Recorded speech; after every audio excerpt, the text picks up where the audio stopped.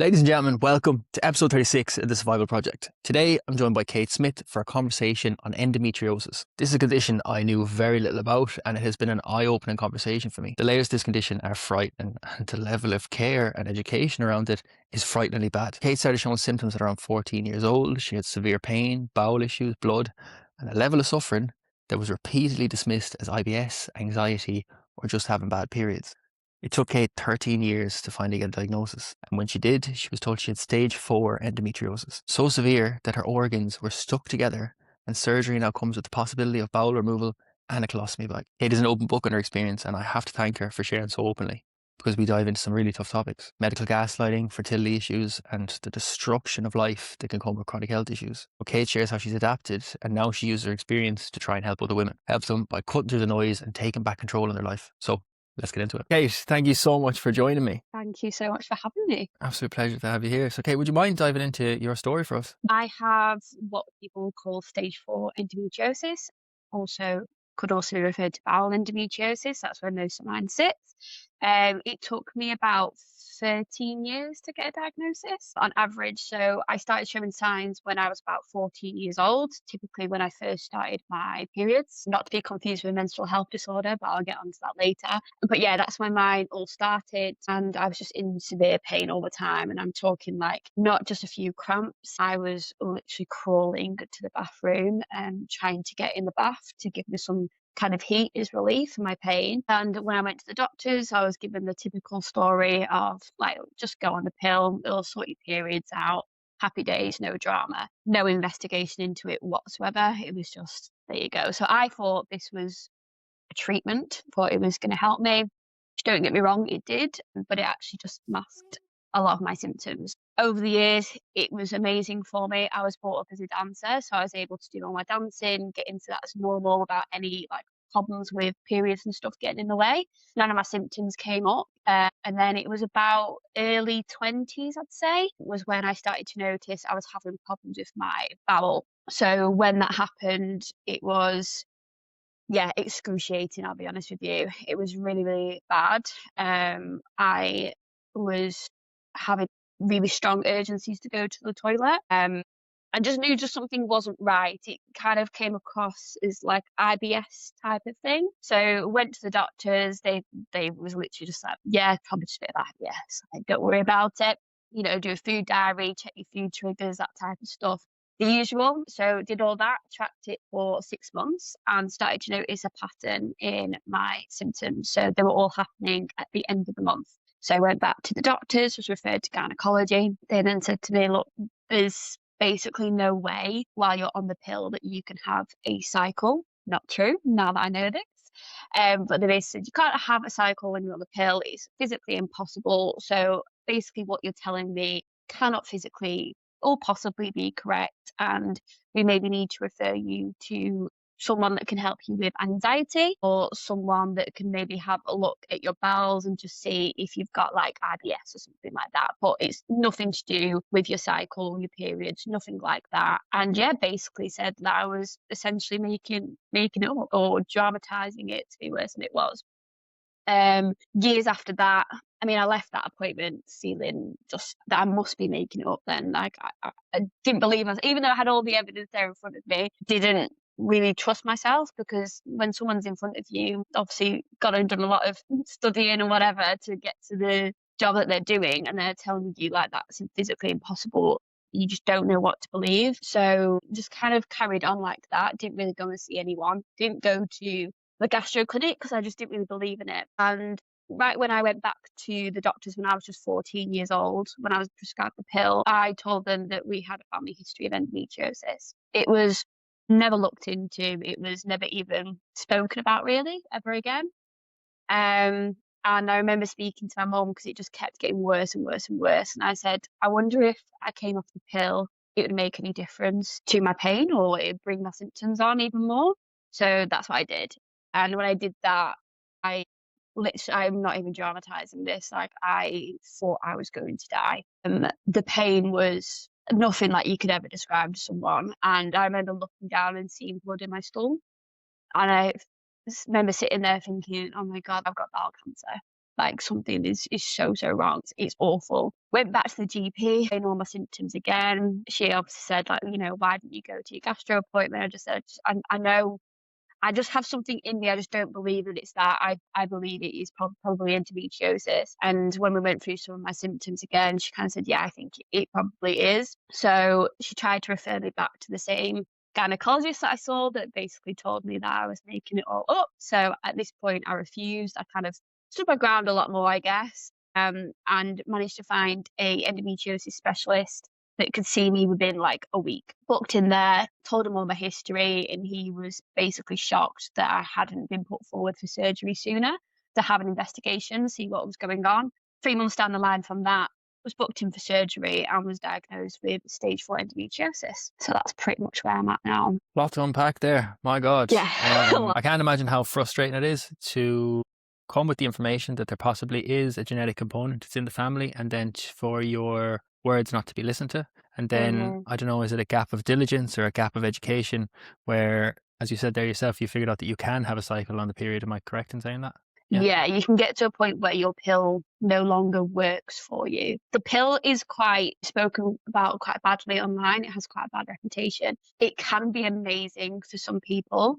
For me, when it was working, it was great. I had no symptoms whatsoever. But the big part of it with the pill is that it's not a treatment.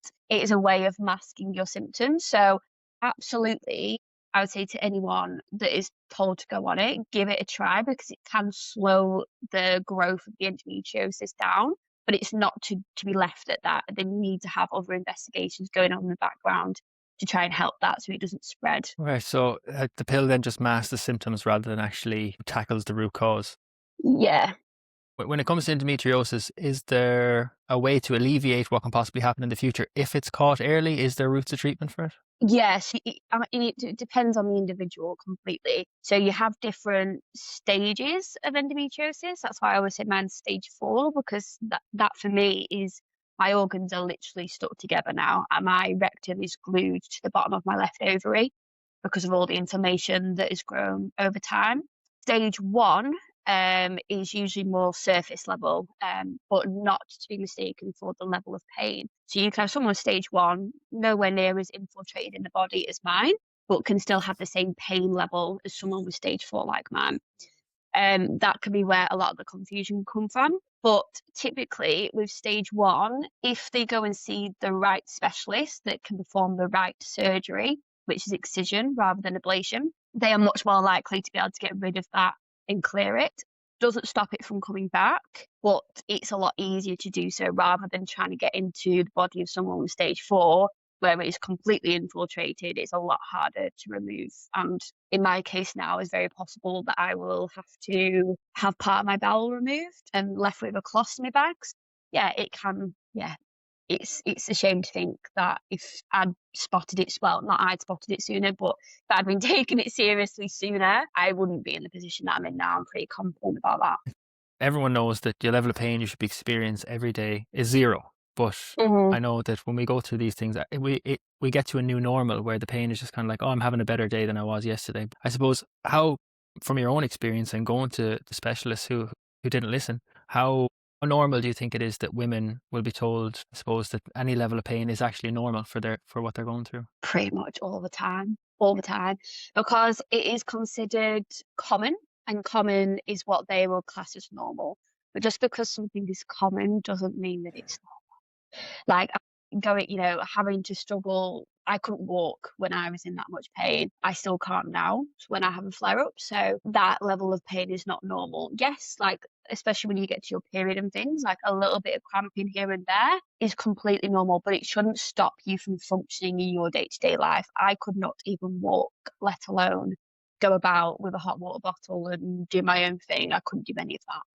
And it is very, very common. Yeah, and it seems to be, I'm seeing so much more stuff online and people speaking so openly about it and sharing their experiences. Like, it seems to be extremely, extremely common. And the fact that there seems to be a lot of people speaking the same stories of not being listened to until it's too late. When you speak about your symptoms there and how atrociously painful they are, when you were on the pill in your teenage years, did they alleviate a little bit? And these symptoms then just came back in your 20s? Yeah, I mean, it got to a point really where I didn't have a period at all. So for me, it pretty much got rid of all of my symptoms.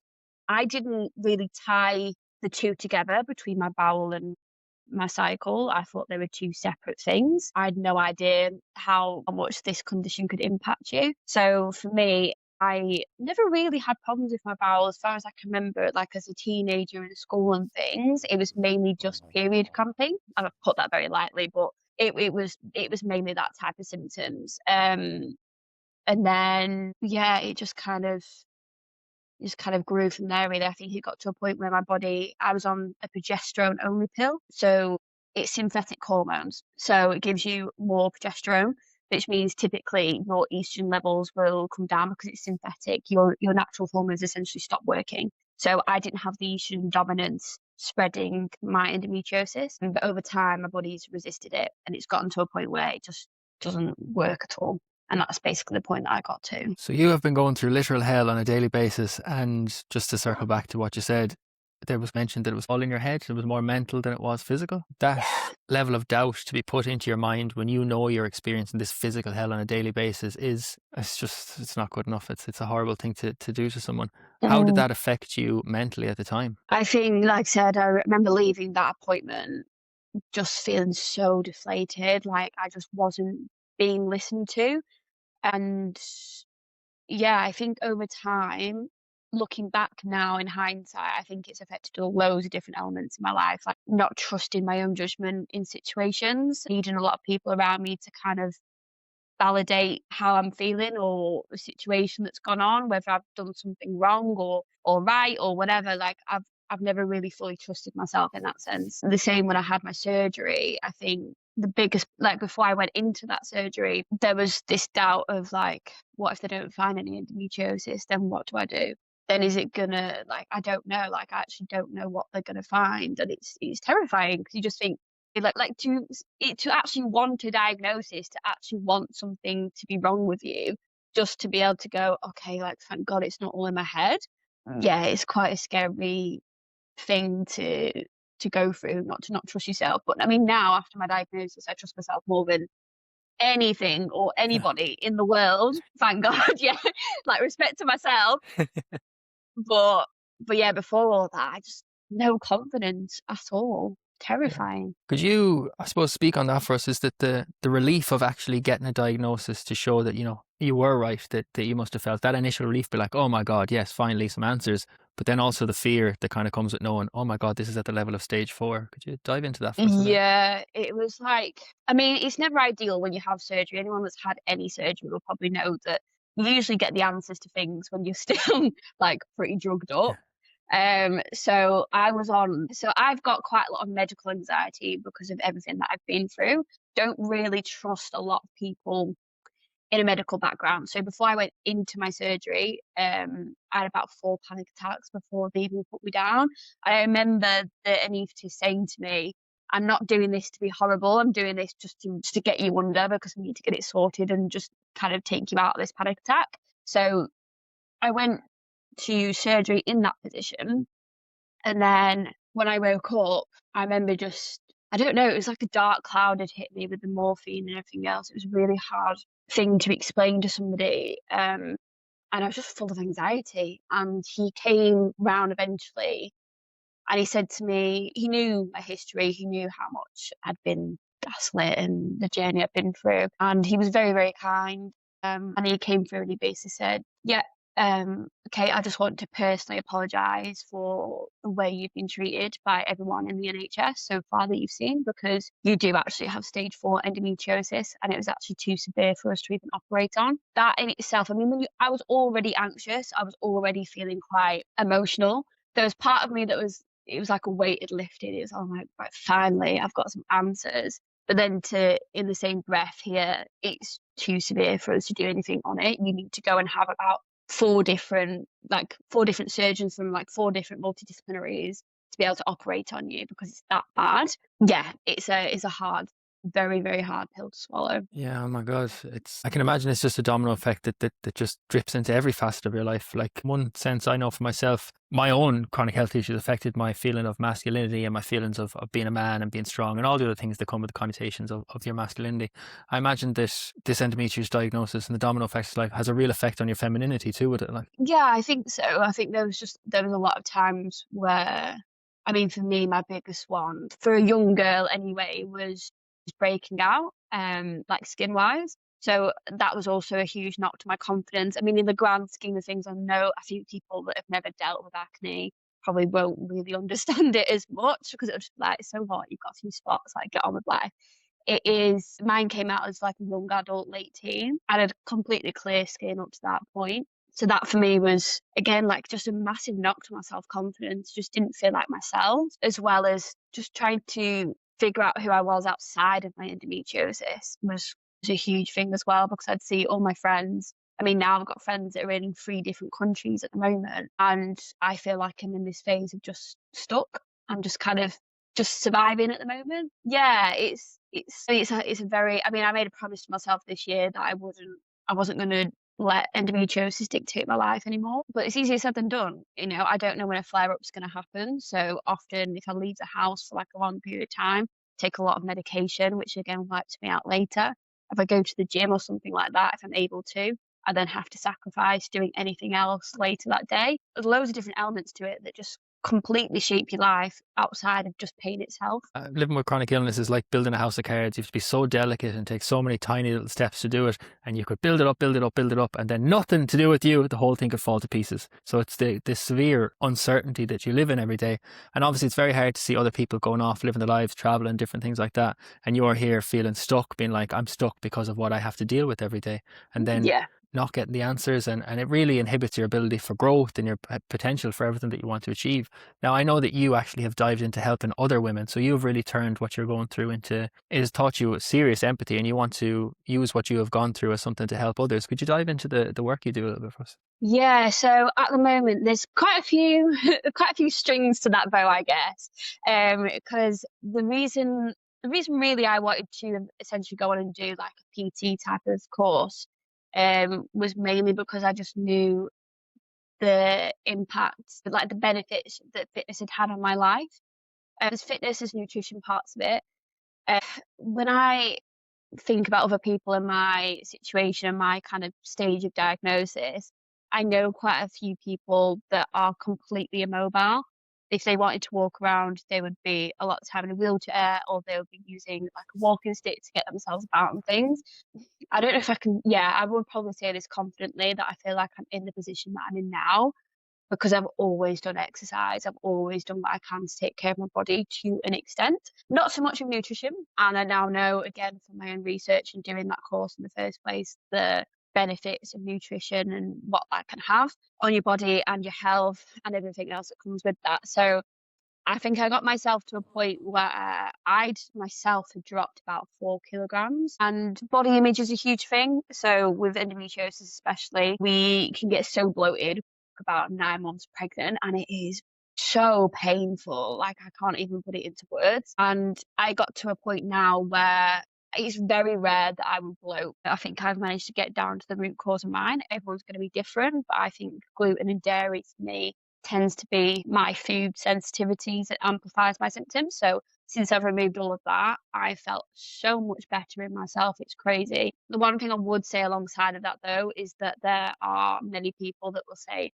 go gluten free, go dairy free, go alcohol free, try an anti-inflammatory diet, try doing this, and this. And sometimes the stress of doing all of that can also be impacting your symptoms as well. So it's very careful to kind of look at that and take it from a personalized scale and what somebody's comfortable doing. If they don't want to cut out gluten in their life, don't do it. If you don't want to cut out dairy in your life, don't do it, but find other ways that you can work around it. So mine's more a bit of a holistic approach, I'd say. Very individual to the person, trying to take out the noise of all those do this, do that, and it'll heal you, because a lot of people, it doesn't heal anyone, can make it a bit better for some people, but just trying to cut through that noise in terms of like nutrition and lifestyle.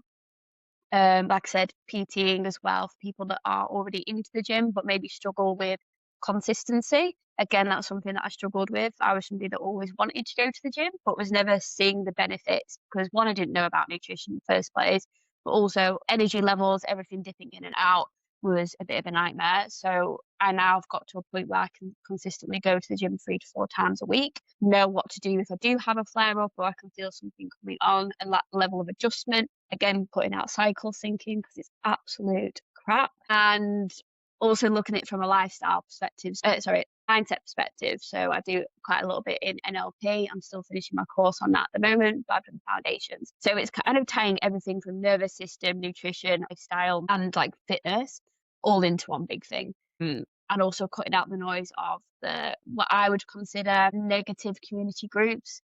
I think community groups can be great for some people, but I've noticed ones I've been in aren't really very supportive. It is more somebody says what they're experiencing, and then they will kind of say, oh, well, I'm experiencing this and I do this and this works for me.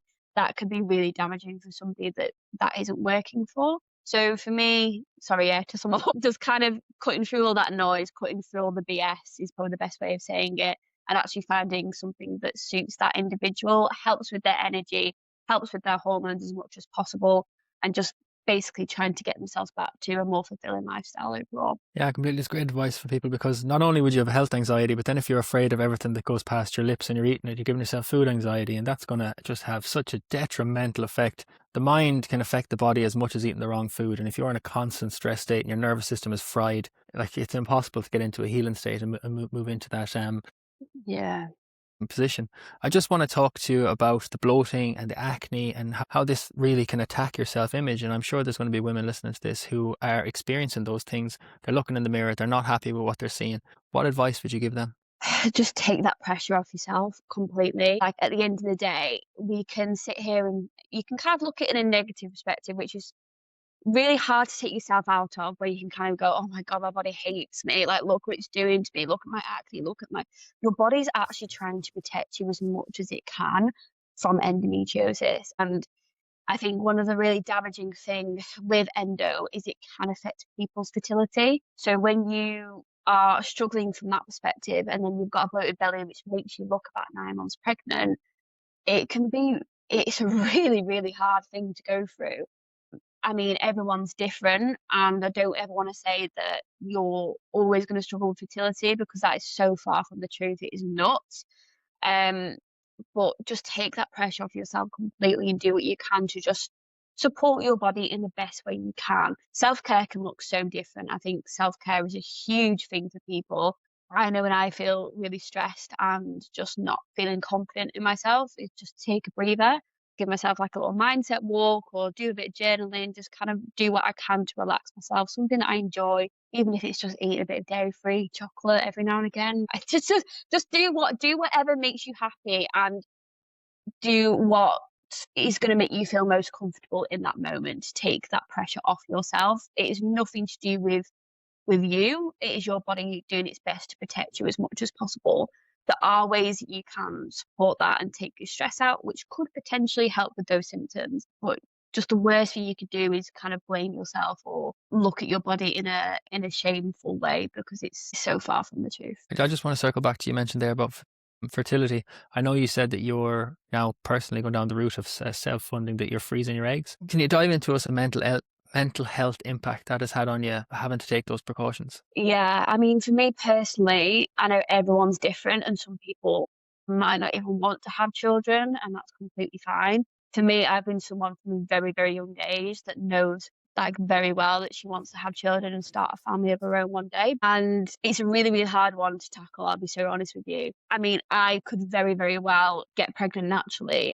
Like, I don't know whether my fertility is damaged or not until I try. But for me, the main reason why I'm going down the egg freezing route is because the surgery that I have can directly impact my fertility. With a body that is already potentially at risk, I do not want to have anything risk it even more. So whilst I still have my ovaries, whilst they're still working as normal from what we know, I want to be able to reserve that as much as possible. It's a difficult one. It's quite hard to explain. I feel personally for people with endometriosis, there's no justice in it. So the type of surgery that I'm having can directly impact fertility the same way somebody that's undergoing chemotherapy or radiotherapy. It affects the fertility in the same way. Those undergoing chemotherapy or radiotherapy naturally get their eggs frozen on the NHS for free, as they should do. But for somebody that's going through a different surgery, but their fertility is impacted in the same way, we don't get any help with that.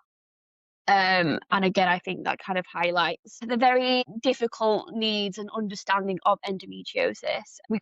I don't believe we'll ever get to a point where everyone with endometriosis is going to have their eggs frozen. I don't think that's justifiable. I don't think it'll work. But for those that are undergoing surgery that impacts it in the same way, we should be treated equally, not differently. And the cost of that as well is just absolute jokes. I mean, I had to leave my job. I've worked since like the age of 16 all my life.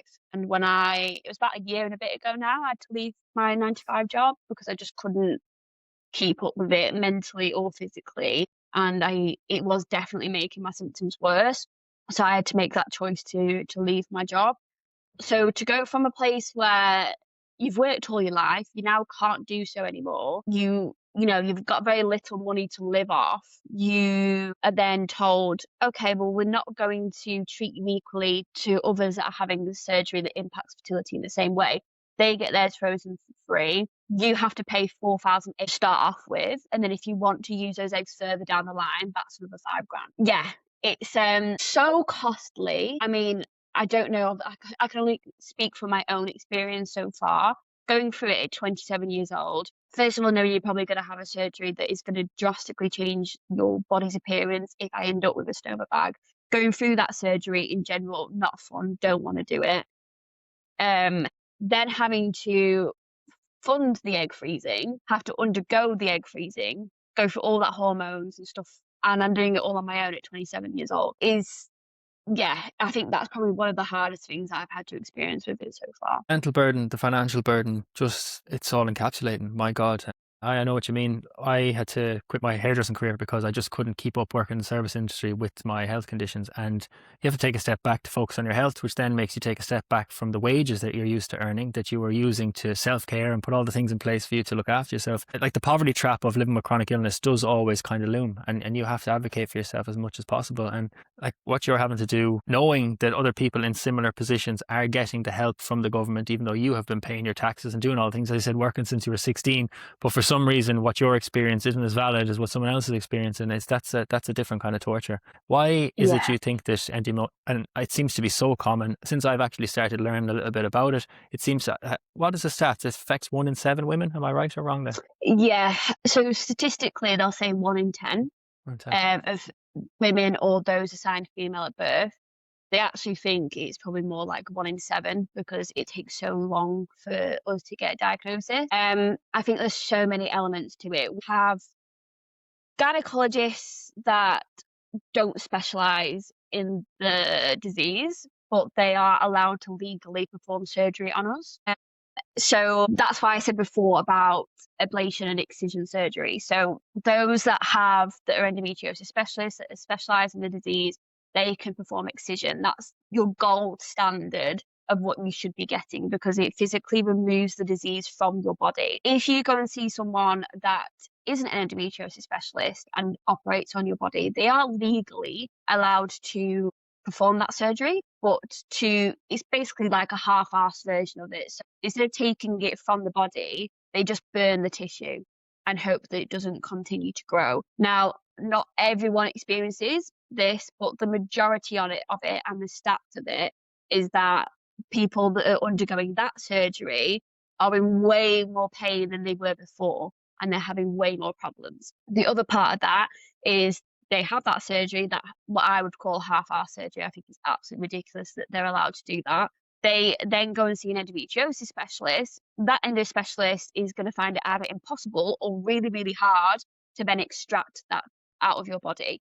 And I think it's absolutely insane. It's one of the biggest things that infuriates me on a day-to-day basis that they're allowed to do that. I don't understand how that is physically allowed.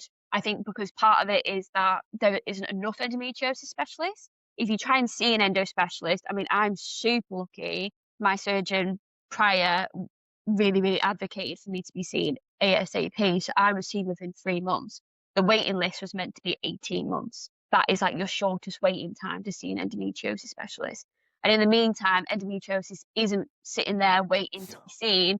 It is continuing to grow. So I think that is why people are going to see ordinary gynecologists and they're ending up with the wrong surgery. So there's that part of it.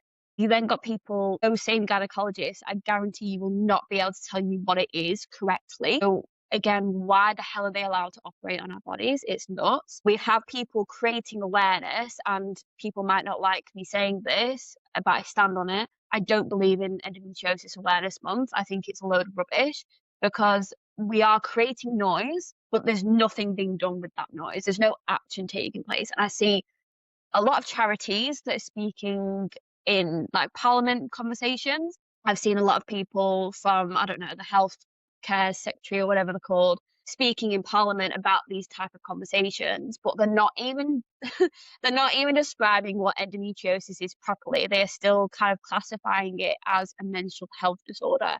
And that completely just takes away what people are going through. It's not just a mental health disorder. It can happen at any point in your cycle. It can happen in anywhere in your body. It's been found in the brain. So that is not a mental health disorder, yet we are still classifying it as one.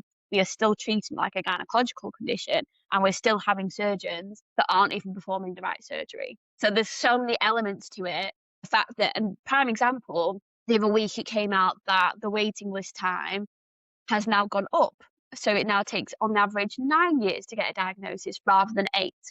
And that is all within Endometriosis Awareness Month. So I personally do not agree with Endometriosis Awareness Month. It's why I don't really speak about it that much, because there's no action being taken with that. We should be speaking about it all the time, and we should be looking at the appropriate actions to be taken with that along the way. If not, what is the point? Why do you think there's such a serious lack of education from the people that are administering treatment? Like, why do you think the system is failing people with endometriosis so much? I think because it's a women's health issue. It can occur in men, very, very, very rarely. From what I know, it is usually because they have had something like prostate cancer and they are given high doses of estrogen to kind of manage that condition. That is typically when you would find it occurring in men.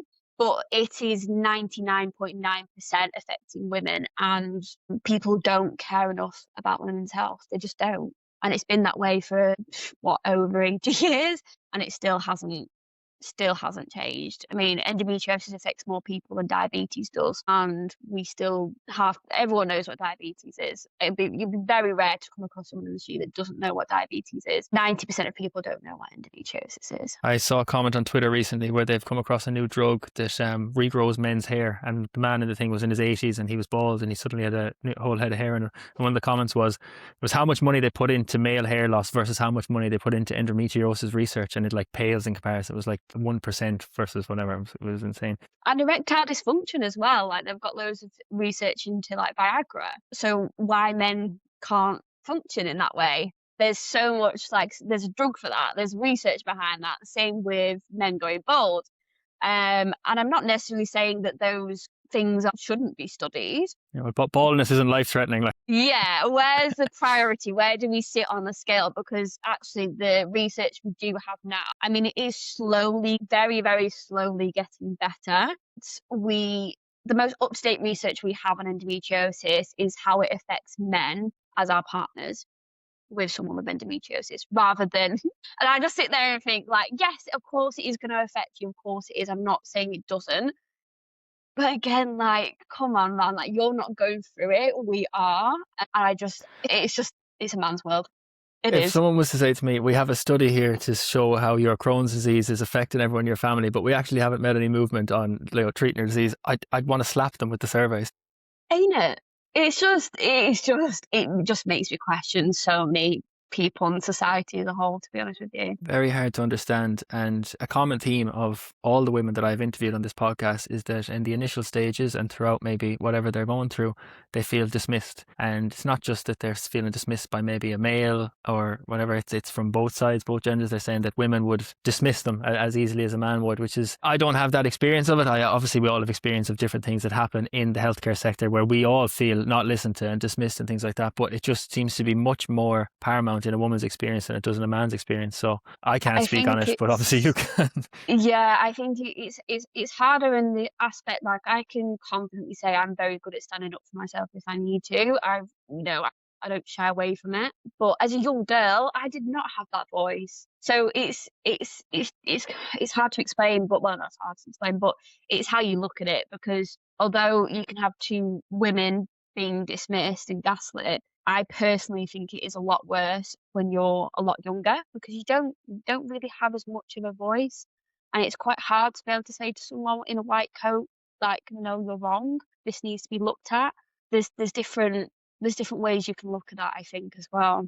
I mean, I was told once as well, like, do you have somebody actually said to me, when you go to your appointment, bring bring a man with you, because who can advocate for your symptoms, because you're more likely to be taken seriously. Yeah, and I have a little story for that in my own life where I went to a doctor and me and my mum went or whatever, and that was fine, came back. And my dad, with the information we were given, and psychotic, he was like, that's not answers, that whatever, I'm going to the next one. And my father he'd be well able to shout. He went in. Yeah. And to be honest, we didn't actually get any further answers, but we did feel a little bit more listened to. So yeah, it's horrible that actually has to be a route of action Yeah. to try and get answers. You've had to advocate very strongly for yourself through all the situations you've had to go through, but as you said yourself, it's not easy. It's not easy making that first step to stand up for yourself and find your voice. For someone who's probably in a position where they feel they're not being heard, what would you advise them to do? So I do have a completely free guide on this anyway. So if anyone does ever want, I don't know if we can find a way to link it into this or Yeah, I something, can pop it in the we'll try and description. do that. The reason I did it was because I realised everything that I had to do to be able to just sit down and be heard. Advocation is a thing where I think people mistake it with being rude, like you're being pushy and you're just demanding things. The complete opposite of what advocating for yourself is. It's just having the confidence and having the evidence to back it up, essentially. So, first of all, I would recommend tracking your cycles to start off with. If they're irregular, what kind of symptoms do you have? How long do they last for? That type of thing. You can get like free apps and stuff now. I think there's one called Stardust, which is really, really good. But you can literally just note it on your notes app on your phone, do whatever is comfortable for them. That's a huge one, because you're just taking all the evidence in and saying, look, this is where I'm at. You can literally say, my periods are irregular, this isn't right, I'm having this symptom, it keeps coming back up. That's a really, really good, strong starting point to get you through, because you can't ignore evidence. You just can't ignore it.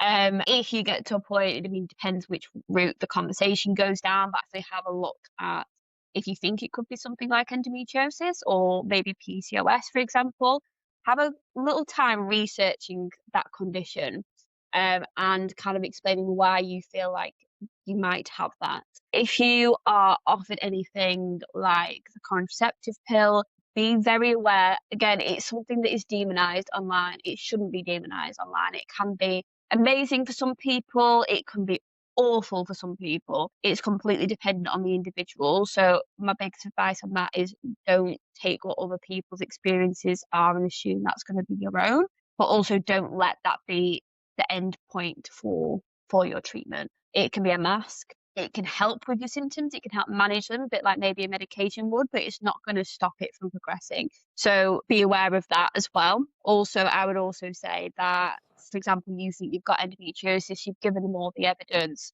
of what you're going through, and you say, and they give you the pill. Again, going back to the point of just saying that that is not a treatment. So be very aware of that when you're speaking to your doctors. And I would also with that say, okay, I'm happy to try that. But what I also want to do is, where do I go from here?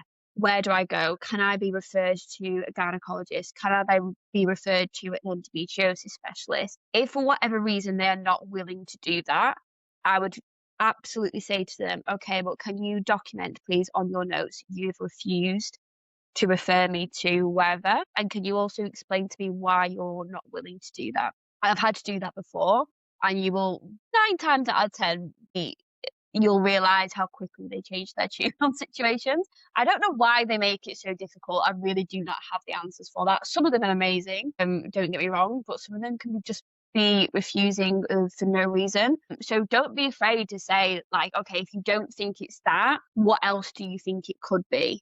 Again, you will very likely go, well, actually, I don't know. Or, well, maybe it could be this. And you could easily potentially combat that and say, well, that doesn't make sense with the symptoms that I provided you with. So I really do quite strongly feel like it could be this. Are you able to refer me to the correct specialist or the correct team that can sort that out for me? That would be my main tips. Again, I don't know why some doctors make it so difficult to do so. GPs, again, they do get a lot of backlash, which I don't think it's fair. They are general practitioners. They are under a very short time frame, and I completely get it. But it doesn't mean that our time with them should be shortened down or dismissed. So it's knowing how to combat that and go into that appointment as prepared as possible. Completely. I think it's a fantastic thing to build up a guide for people to have questions there that they know they can ask, because sometimes on the spot you just don't think of them, and then you leave and you go, oh, why didn't I say that? But I know Yeah. I know what you're saying about the GP side of things, and they are our intro to find further help for what we're experiencing.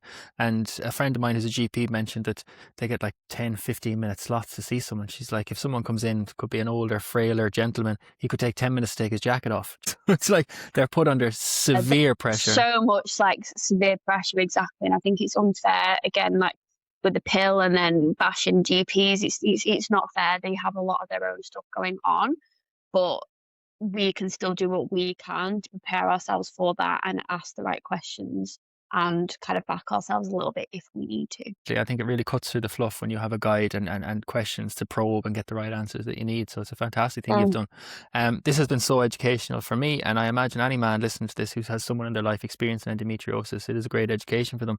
But for someone like that who's trying to support someone who's suffering through endometriosis, what advice would you give them? So when I went to therapy, I had a therapist that was actually asking me the same thing. I think it's completely dependent on the individual and what their symptoms are.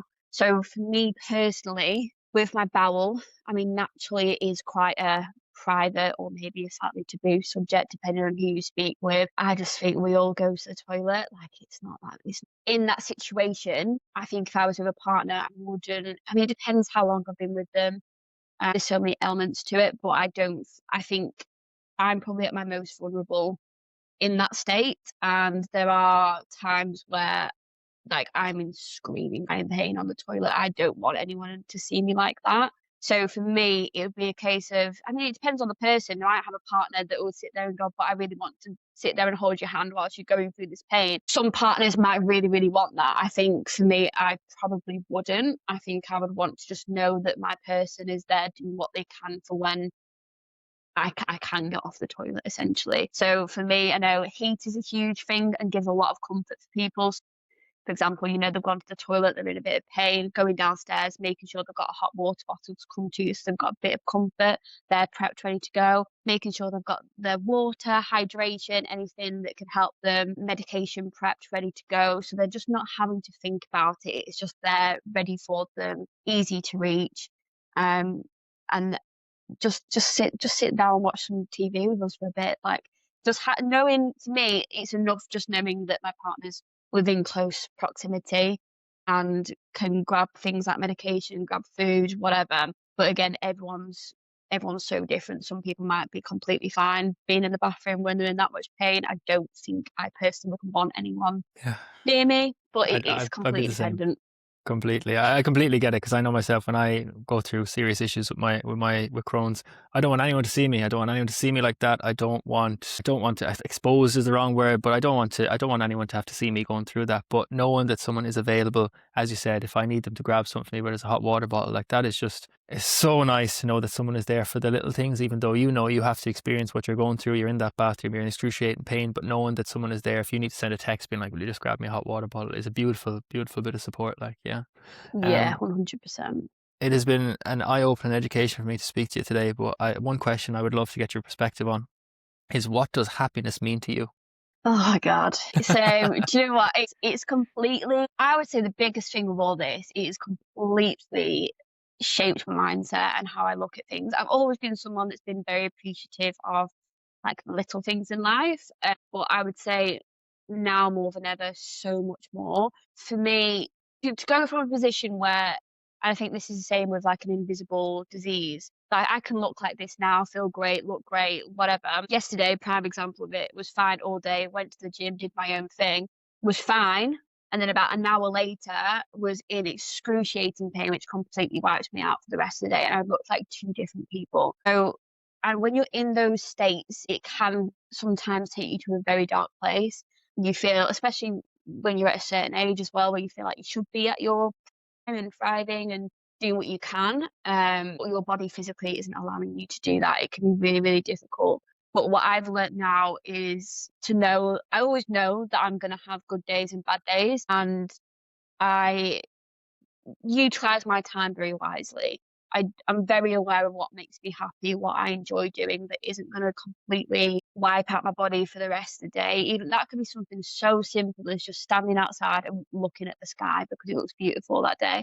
It gives you a whole, and that's something I probably wouldn't have looked at in the same way if I wasn't ill before. You just pick up on so many things and it just makes you feel, I mean, for me anyway, I just feel so much more full of life when it's given to me. I'm so much more appreciative of spending time with friends, so much more appreciative of being able to go to events because my body's actually allowing me to do that. Whereas before, I think you'd maybe I definitely did anyway. I took a lot of that for granted. Whereas now I'm more just more grateful of what I've got around me and the people that I've got around me, and probably more selective of who I spend my time with and stuff as well. Yeah, I think it's an absolute education in gratitude and noticing the small moments, because we can be so busy, we're flying through life, we're trying to get things done, we're trying to whatever. Noticing and taking those moments is a beautiful perspective on everything. Mm. Thank you so much for giving me your time today. For anyone who maybe wants to get in contact or see the work that you do, how would they see where Kate is? Probably just find me on Instagram, to be honest. That's probably the best way to find me. I think you'll tag my Instagram, Yeah. won't you? Yeah, I'll Um, pop all the details in the description. yeah, so that's, and just drop me a DM. I will literally chat to anyone and everyone all day. It's what I love doing. I love helping people. I mean, I've helped now over 100 women find endometriosis specialists in the area completely free, by the way. Wouldn't ever charge for something like that, just to put that out there as well. But just I just love helping people. I think it's such a horrible disease that we should have more knowledge on, and we should have more people out there supporting us in the right way. Yeah, it's amazing to build a community to help each other, because if the help isn't coming from the places where we need it, you have to go and you have to fight for the help yourself. So it's a beautiful thing you're doing for people. Fair play to you. Thank you. Thank you so much for having me. Pleasure. Massive thank you to Kate for coming on and sharing her story with just such honesty. Kate has taken years and not being listened to and turned into education, advocacy, and support for other women who may be walking the same road. Anyone who's listening who feels like something's wrong in their body but they're not being heard, I hope this episode reminds you, just keep pushing. You know your body better than anyone else. Keep advocating for yourself. And as always, thank you so much for being here. If you could like, share, comment, it all helps me grow the pod, and I really, really appreciate your support. Next week, I'm back with another amazing woman who is using the adversity and the pain in her own life to help others. Jem Moore is an ostomy and chronic illness strength and nutrition coach, and the work she does stems from her own experience as an ostomate. Jen's story is one of unbelievable strength. She went through hell with a smile on her face. So I'll see you next week. Thanks again.